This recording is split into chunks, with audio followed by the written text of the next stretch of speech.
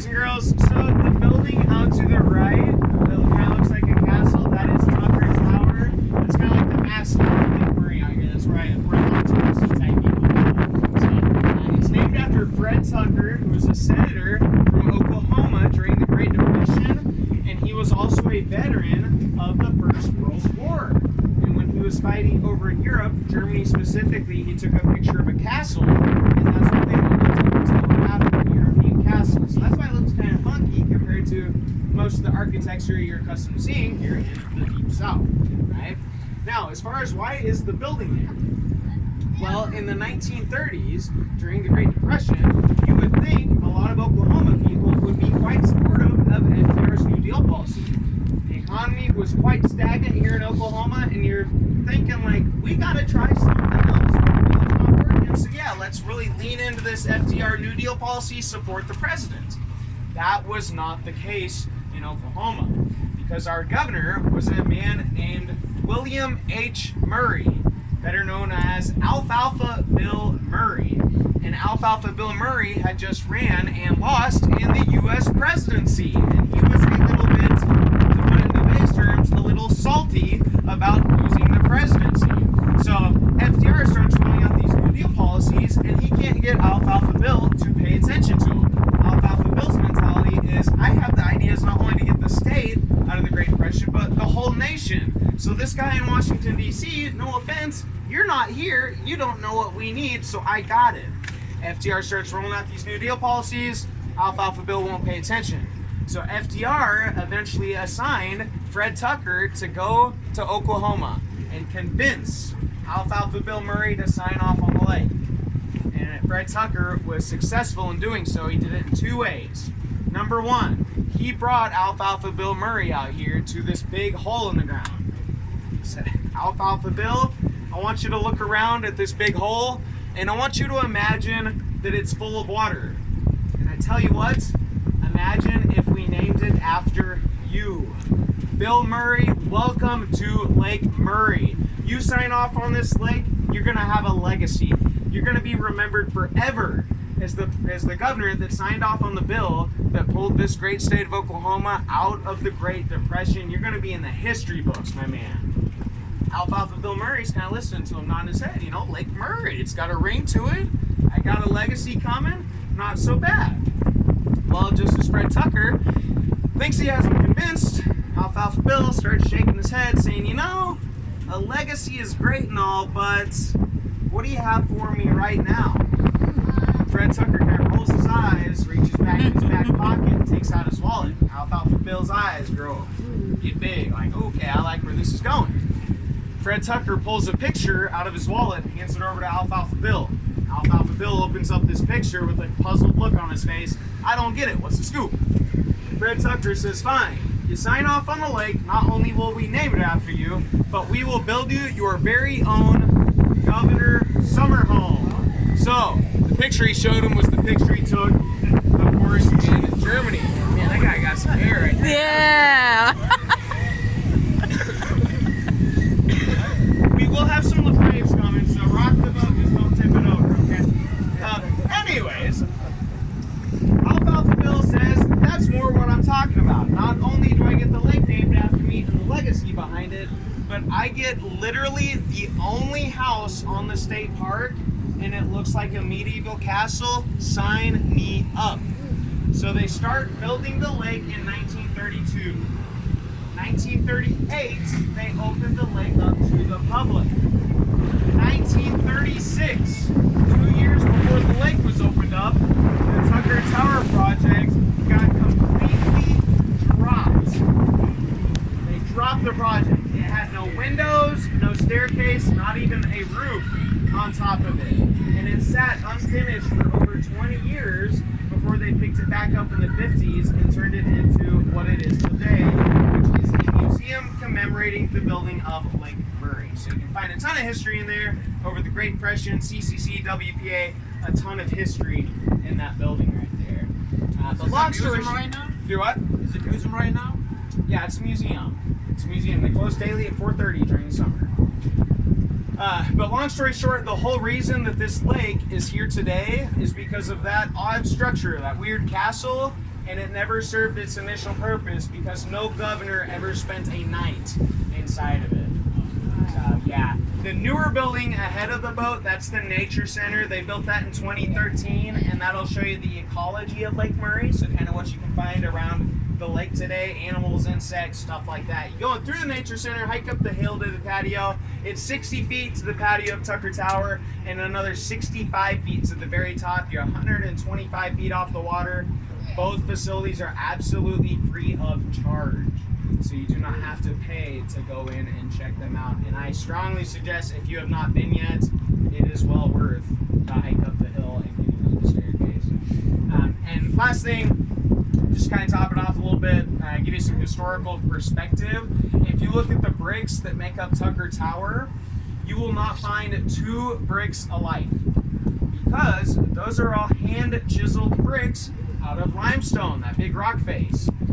Members of the CCC, Civilian Conservation Corps, those young guys that need a job, they were hand chiseling bricks in the heat of the Great Depression, making $1.25 per day. $1.25 a day. Some people say, yeah, you got to take into account inflation.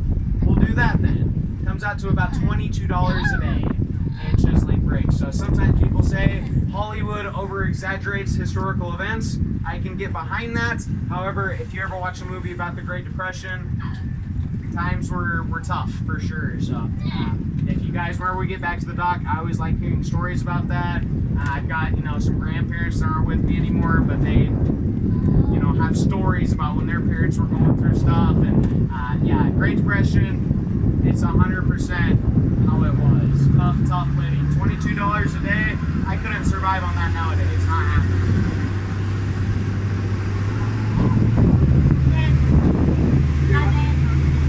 Really? CCC or WPA? CCC? Yeah. So he was chiseling bricks. He was up there, first job. That's a tough one.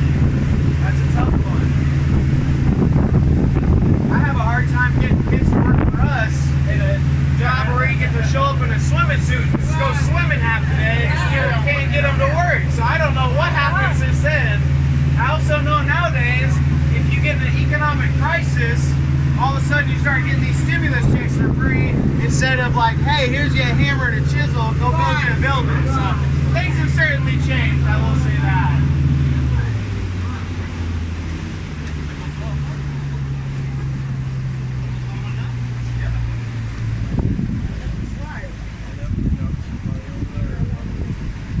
So this is going to be our last stop of the night before we head back to water sports. Lake Murray Marina.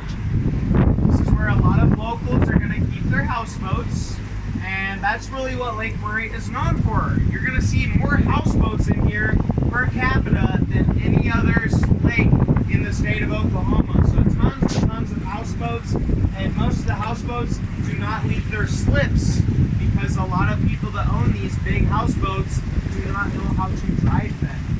So yeah, exactly. So what they do is they hire someone to park their boats, or better yet, you find one that's for sale and you buy it from the person and take over the lease of the slip from the marina. So more so than having a boat that you're going to take out on the lake, think of these as like kind of lake houses that you're going to bring your friends, your family, you're going to do your barbecuing, let the kids swim off the boat, maybe you catch a couple fish while you're out here. So yeah, most of the houseboats don't ever leave their slips.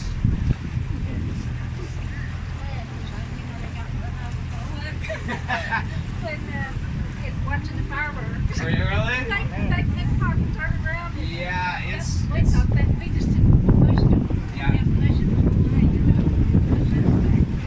It's tough for sure, and especially like in the marina. You got to get out of this thing. It kind of S's around. You got other boats. In the On hole. a windy day, your houseboat's like a sail, so they are difficult to drive.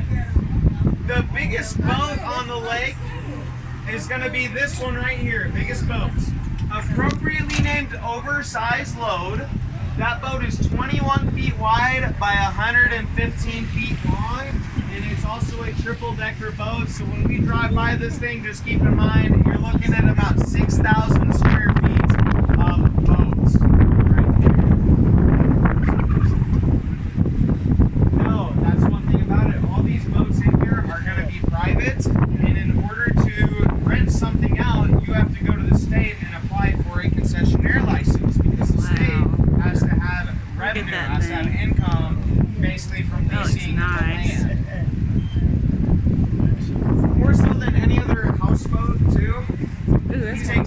most.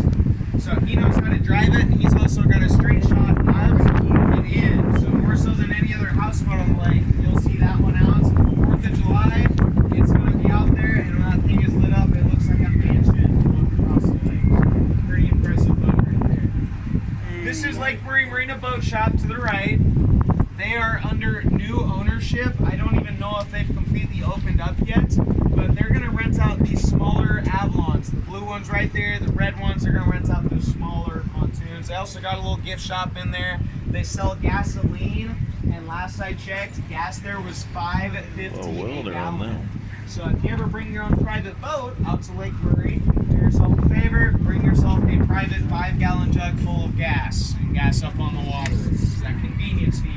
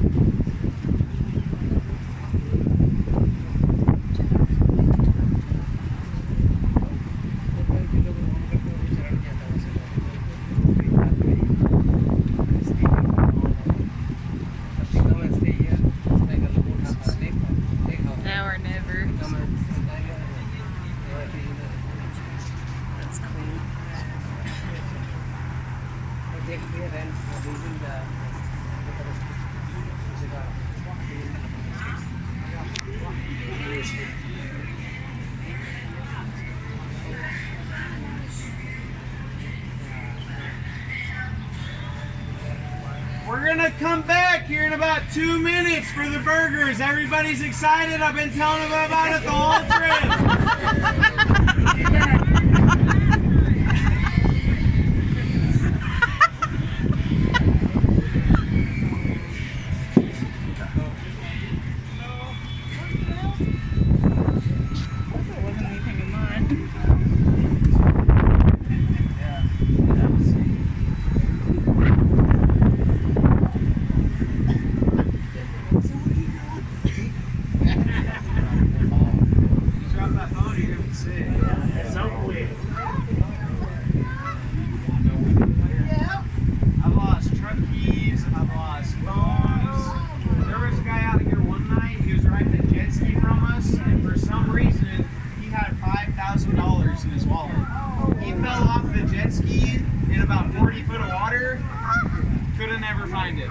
Gone. $5 grand.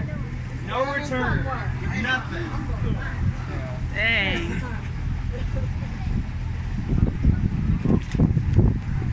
Aww. Nice. That looks fun.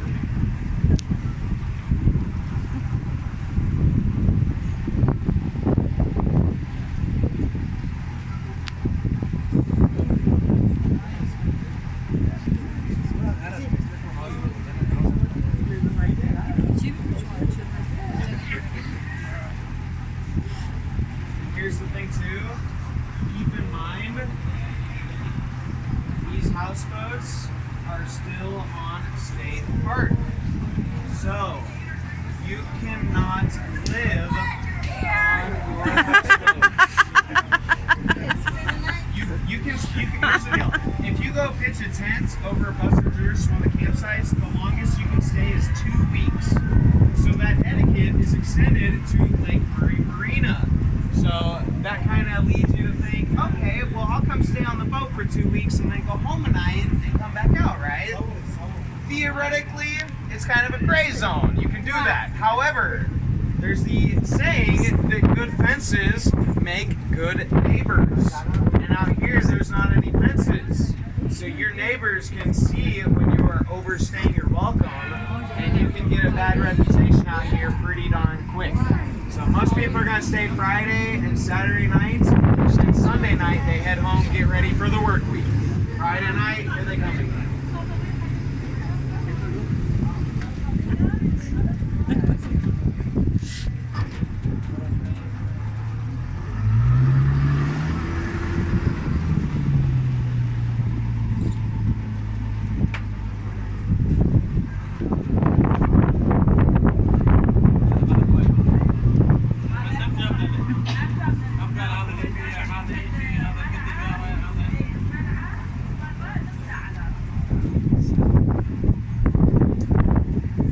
I pass this off to you, you think you cannot hit anything for like 30 seconds? Like legit? Yeah. You might come around this way, that way you don't hit the throttle right there. And just kind of drive out, and I'm gonna rig up our look. Oh, sorry. Don't look so serious.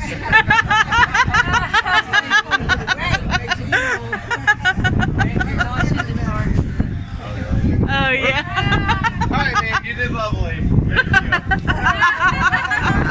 Alright.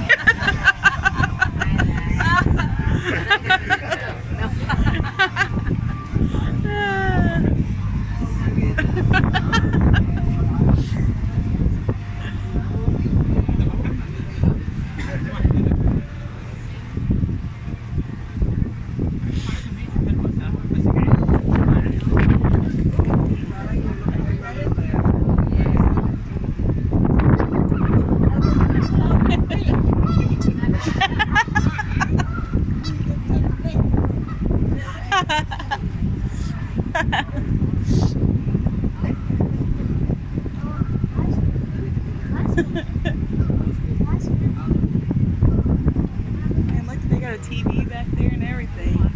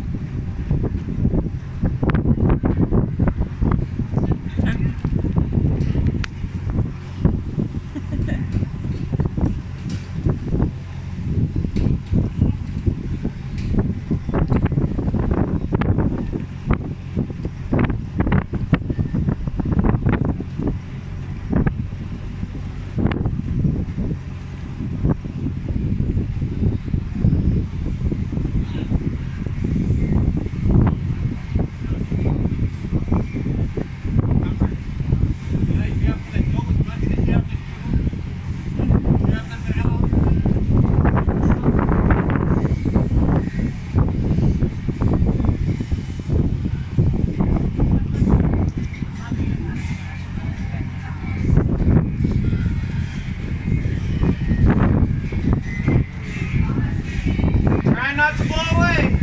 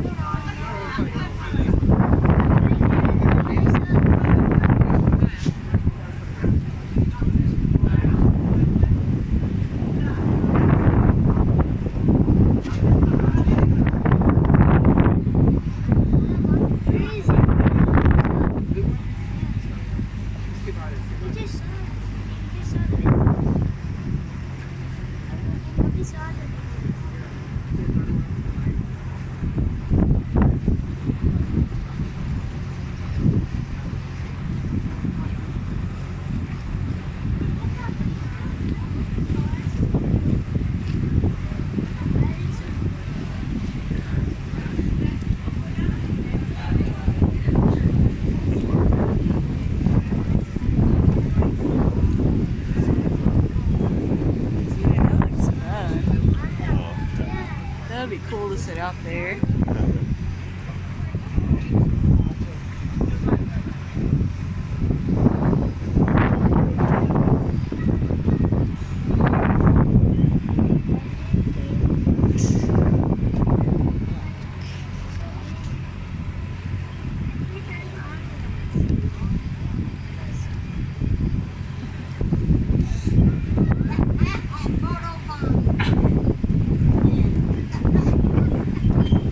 Oh, look